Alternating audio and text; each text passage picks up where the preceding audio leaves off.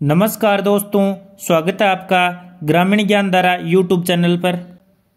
इस वीडियो में हम बात करेंगे अप्रैल 2025 की अंतर्राष्ट्रीय क्रोनोलॉजी के बारे में। साथियों, इस वीडियो में हम देखेंगे अंतर्राष्ट्रीय परिदृश्य के बारे में। अंतर्राष्ट्रीय परिदृश्य में क्या है? न्यूजीलैंड के प्रधानमंत्री की भारत यात्रा, मॉरिशस के राष्ट्रीय दिवस समारोह के मुख्य अतिथि कौन बने हैं? प्रधानमंत्री नरेंद्र मोदी। इसके बारे में यूरोपीय आयोग की अध्यक्ष की भारत यात्रा, विश्व हैप्पीनेस रिपोर्ट 2025, विश्व वायु गुणवत्ता रिपोर्ट 2024, वैश्विक जलवायु स्थिति रिपोर्ट 2024 और वैश्विक मुक्त भाषण सूचकांक के बारे में। आइए दोस्तों, शुरू करते हैं पहले टॉपिक से, न्यूजीलैंड के प्रधानमंत्री की भारत यात्रा। न्यूजीलैंड के प्रधानमंत्री कौन है? Christopher Luxon.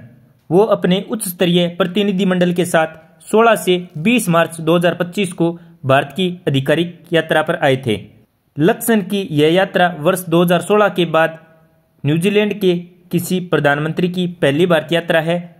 इस यात्रा के दौरान प्रधानमंत्री नरेंद्र मोदी, राष्ट्रपति द्रौपदी मुर्मू, विदेश मंत्री डॉक्टर एस जयशंकर के साथ वार्ता के अलावा अन्य पदाधिकारियों से भी मुलाकात की। यात्रा के दौरान फोकस के बिंदु क्या रहे? शिक्षा, प्रौद्योगिकी, पर्यटन, निवेश, मैन्युफैक्चरिंग, खाद्य, कृषि। प्रधानमंत्री लक्सन ने रायसीना डायलॉग 2025 के 10वें संस्करण में मुख्य अतिथि के रूप में भाग लिया। रायसीना डायलॉग 2016 से नई दिल्ली में प्रतिवर्ष आयोजित होने वाला एक बहुपक्षीय सम्मेलन है। ओब्जर रिसर्च फाउंडेशन ORF भारतीय विदेश मंत्रालय के साथ इसे आयोजित करता है। घोषणाएं क्या रही? FTA पर वार्ता शुरू करने का निर्णय लिया। न्यूजीलैंड हिंद प्रशांत ओशन पहल IPOI और CDRI यानी आपदा रोधी अवसंरचना गठबंधन का सदस्य बना। बहुत ही इंपॉर्टेंट, हिंद प्रशांत ओशन पहल और CDRI का सदस्य कौन बना है? न्यूजीलैंड।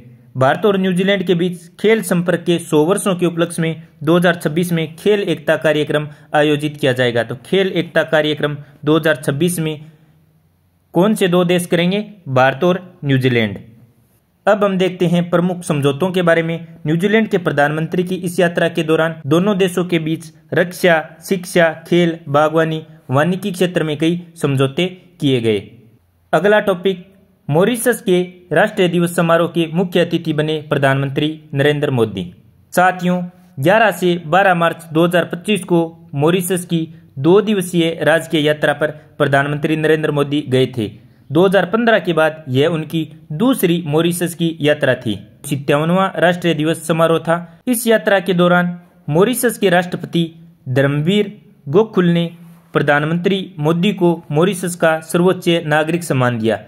मॉरिशस के सर्वोच्च नागरिक सम्मान का क्या नाम है? Grand commander of the order of the star and की ऑफ द इंडियन ओशन।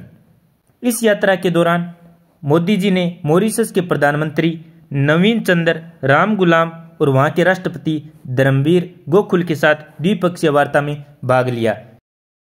समुद्री सुरक्षा, बुनियादी ढांचे, वाणिज्य और क्षमता निर्माण जैसे मुद्दों पर दोनों देशों ने समझौता किया। प्रधानमंत्री मोदी की यह मॉरिशस यात्रा सागर विजन यानी security and growth for all in the region को रेखांकित करती है, जो हिंद महासागर क्षेत्र में सहयोग और विकास पर केंद्रित है। प्रधानमंत्री मोदी और मॉरिशस के प्रधानमंत्री रामगुलाम ने मॉरिशस के रेडुइट में अटल बिहारी वाजपेयी लोक सेवा एवं नवाचार संस्थान और 20 परियोजनाओं का संयुक्त रूप से उद्घाटन किया। प्रधानमंत्री ने मॉरिशस में पवित्र गंगा तालाब का दौरा किया, वहां महाकुंभ का पवित्र जल अर्पित किया।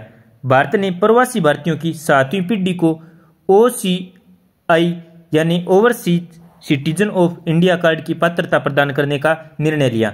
एक विशेष सम्मान के रूप में प्रधानमंत्री ने राष्ट्रपति गोकुल और प्रथम महिला वृंदा गोकुल को OCI कार्ड सौंपे। अब बढ़ते हैं अगले टॉपिक की तरफ, यूरोपीय आयोग यानी यूरोपीय यूनियन की अध्यक्ष की भारत यात्रा। यूरोपीय यूनियन की अध्यक्ष कौन है? अर्सुला वॉन डेर लेयेन। ये 27 से 28 फरवरी 2025 को भारत की आधिकारिक यात्रा पर रहीं।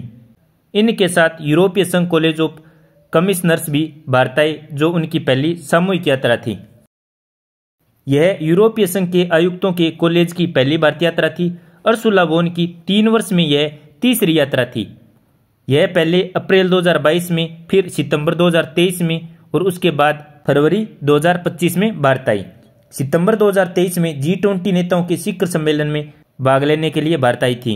इस यात्रा के दौरान TTC भारतीय यूरोप संघ व्यापार एवं प्रौद्योगिकी परिषद की दूसरी मंत्री स्तरीय बैठक तथा यूरोपीय आयुक्तों और भारतीय समकक्षों के बीच द्विपक्षीय मंत्री स्तरीय बैठक भी आयोजित की गई। सुरक्षित और विश्वसनीय दूरसंचार लचीली आपूर्ति श्रृंखला बनाने के लिए भारत ने 6G गठबंधन और यूरोपीय संघ 6G नेटवर्क और सेवा उद्योग संघ के बीच समझौता ज्ञापन पर हस्ताक्षर किए। द्विपक्षीय वार्ता में मुक्त व्यापार समझौता FTA पर चल रही वार्ता की प्रगति की समीक्षा की थी। भारत और यूरोप संघ में मुक्त व्यापार समझौते पर पुनः वार्ता जून 2022 में आरंभ की, जिसे अब तक 10 दौर की वार्ता हो चुकी है। वार्ता का पिछला दौर 10 से 14 मार्च 2025 तक ब्रुसेल्स में आयोजित किया गया था। आगे बढ़ते हैं अगले टॉपिक की ओर, विश्व हैप्पीनेस रिपोर्ट 2025।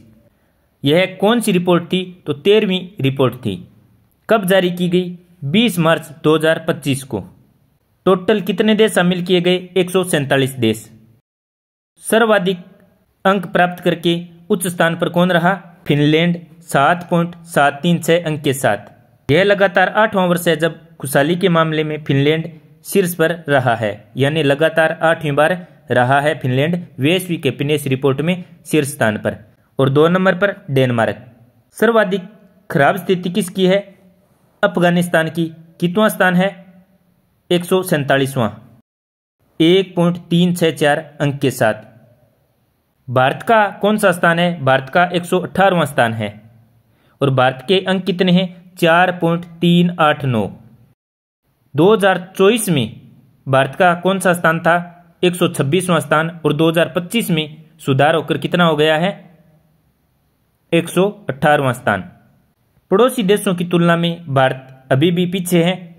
पाकिस्तान को 109वां स्थान दिया है। ये पता नहीं किस तरह से अपनी रिपोर्ट निकालते हैं। पाकिस्तान को कौन सा स्थान दिया है? 109वां।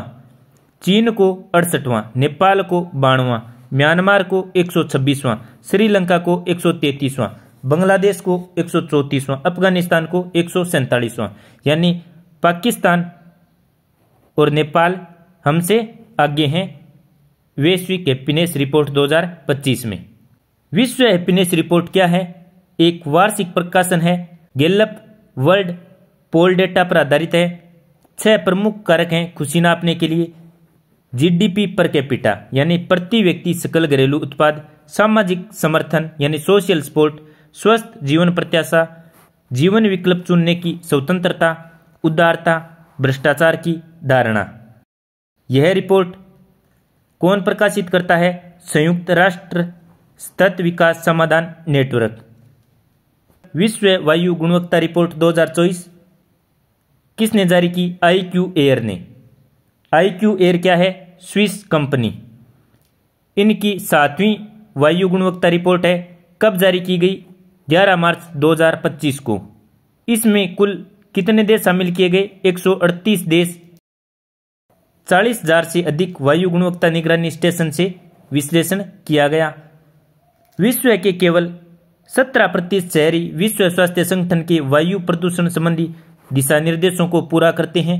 विश्व के 7 देश Australia, Bahamas, Barbados, Estonia, Grenada, Iceland और न्यूजीलैंड ने विश्व स्वास्थ्य संगठन के वार्षिक औसत PM 2.5 दिशा निर्देश 5 माइक्रोग्राम प्रति घन मीटर को पूरा किया है। ओशिनिया दुनिया का सबसे स्वच्छ क्षेत्र है। 2024 में सबसे 5 प्रदूषित देश हैं: चाड, बांग्लादेश, पाकिस्तान, कांगो लोकतांत्रिक गणराज्य और भारत। विश्व स्वास्थ्य संगठन के PM 2.5 वार्षिक दिशा निर्देशों से 10 गुना से इन सभी का प्रदूषण अधिक है। 2024 का सबसे प्रदूषित महानगरीय क्षेत्र बन्नीराहट भारत का। इसकी सांद्रता कितनी है? PM 2.5 की 128.2। सबसे स्वच्छ महानगरीय क्षेत्र मायाग्यूज प्यूर्टो रिको। सबसे प्रदूषित राष्ट्रीय राजधानी दिल्ली है। लगातार छठे वर्ष यह सबसे प्रदूषित राजधानी के रूप में बनी हुई है। भारत दुनिया का 5वां सबसे प्रदूषित देश है। दिल्ली विश्व की सर्वाधिक प्रदूषित राजधानी है। विश्व के 20 सबसे प्रदूषित शहरों में से 13 भारत के हैं। विश्व के 10 सर्वाधिक प्रदूषित शहरों में से 6 भारत के हैं। अगली रिपोर्ट देखते हैं दोस्तों, वैश्विक जलवायु स्थिति रिपोर्ट 2024 विश्व मौसम विज्ञान संगठन द्वारा जारी की गई, यानी WMO जारी करता है। क्या वैश्विक जलवायु स्थिति रिपोर्ट 2024 कब जारी की गई? 19 मार्च 2025 को। इस रिपोर्ट के अनुसार वर्ष 2024 इतिहास का सबसे गर्म वर्ष हो सकता है। वैश्विक औसत सतह का तापमान पूर्व औद्योगिक युग की तुलना में 1.55 डिग्री सेल्सियस अधिक है। रिपोर्ट के प्रमुख बिंदु क्या हैं? पेरिस समझौते की 1.5 डिग्री सेल्सियस सीमा के करीब पहुंच रहा है वैश्विक तापमान। दीर्घकालिक वैश्विक तापमान वृद्धि 1.34 से 1.41 डिग्री सेल्सियस के बीच है। महासागरीय तापमान भी रिकॉर्ड ऊंचाई पर पहुंच गया है। महासागरीय वैश्विक उष्मा का 90% अवशोषित करते हैं। वर्ष 2024 के आंकड़ों के अनुसार समुद्री उष्मा पिछले 65 वर्षों के अपने उच्चतम स्तर पर है। समुद्र अब 1960 से 2005 की अवधि की तुलना में दोगुनी गति से गर्म हो रहे हैं। महासागरों में पीएच का स्तर गिर रहा है। इसमें सबसे बड़ी गिरावट हिंद महासागर, दक्षिण महासागर, प्रशांत महासागर और अंटार्कटिक के कुछ हिस्सों में दर्ज की गई है। 2023 में CO2 का स्तर 420 भाग प्रति मिलियन तक पहुंच गया, जो 8 लाख वर्षों में सबसे अधिक है। वर्ष 2024 में आर्कटिक में जमा समुद्री बर्फ की न्यूनतम सीमा 42.8 लाख वर्ग किलोमीटर तक पहुंच गई है, जो 46 वर्षों में 7वीं सबसे कम सीमा है। वर्ष 2022 से 24 की सीमावधि में रिकॉर्ड स्तर पर ग्लेशियरों की 3 वर्षों की सबसे बड़ी हानि दर्ज की गई है। वैश्विक औसत समुद्री स्तर रिकॉर्ड ऊंचाई पर पहुंच गया है, जिसकी दर 2.1 mm प्रति वर्ष से दोगुनी होकर 4.7 mm प्रति वर्ष हो गई है। वर्ष 2024 में रिकॉर्ड उष्णकटिबंधीय चक्रवात, अत्यधिक वर्षा, बाढ़ और सूखे जैसी घटनाएं देखी गई हैं। अगला टॉपिक, वैश्विक मुक्त भाषण सूचकांक। स्वतंत्र अमेरिकी think tank the future of free speech द्वारा वैश्विक मुक्त भाषण सूचकांक ग्लोबल फ्री स्पीच इंडेक्स 17 मार्च 2025 को जारी किया गया। विश्व में कौन मुक्त भाषण का समर्थन करता है, यह इसका शीर्षक था। इसमें नॉर्वे को पहला स्थान मिला है 87.9 स्कोर के साथ। नॉर्वे के बाद दूसरा डेनमार्क को। भारत को 33 देशों में 24वां स्थान मिला है और भारत का स्कोर कितना रहा? 62.6। रिपोर्ट में भारत को हंगरी और वेनेजुएला की तरह लोकतांत्रिक पतन का सामना कर रहे देशों के रूप में चिन्हित किया गया है। यहाँ सैद्धांतिक रूप से अभिव्यक्ति की स्वतंत्रता के कानून मौजूद है, किंतु उनका प्रवर्तन कमजोर है। 33 देशों के इस सूचकांक में भारत के पड़ोसी देश पाकिस्तान 57 के स्कोर के स्थान पर 29वें स्थान पर रहा है। अब साथियों 5 प्रश्न हैं, ये देखते हैं। अमेरिकी राष्ट्रपति डोनाल्ड ट्रंप ने चीन, मेक्सिको, कनाडा के साथ भारत पर भी किस प्रकार के टैरिफ 2 अप्रैल 2025 से लागू करने की घोषणा की है? तो रेसिप्रोकल टैरिफ। तो साथियों आपको पता है भारत पर कितने प्रतिशत रेसिप्रोकल टैरिफ लगाए हैं? 26%। अगला प्रश्न, राष्ट्रपति डोनाल्ड ट्रंप ने अमेरिका के 250 वर्ष के इतिहास में पहली बार किस भाषा को देश की आधिकारिक भाषा घोषित कर दिया है? तो सही उत्तर होगा अंग्रेजी को।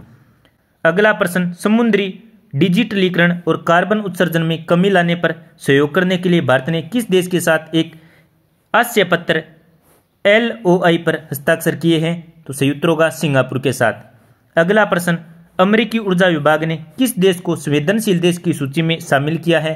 तो सही उत्तर होगा दक्षिणी कोरिया को। अगला प्रश्न, बांग्लादेश में शेख हसीना को सत्ता से हटाने वाले छात्र संगठनों ने किस नाम से एक पार्टी लॉन्च की है? तो सही उत्तर होगा जातीय नागरिक पार्टी। साथियों अंतर्राष्ट्रीय परिदृश्य में इतना ही। अगले वीडियो में देखेंगे हम राष्ट्रीय परिदृश्य के बारे में। आपको वीडियो कैसा लगा नीचे कमेंट में अवश्य बताएं। यदि आपने अभी तक YouTube चैनल सब्सक्राइब नहीं किया है तो सब्सक्राइब अवश्य करें। धन्यवाद। जय हिंद, जय भारत।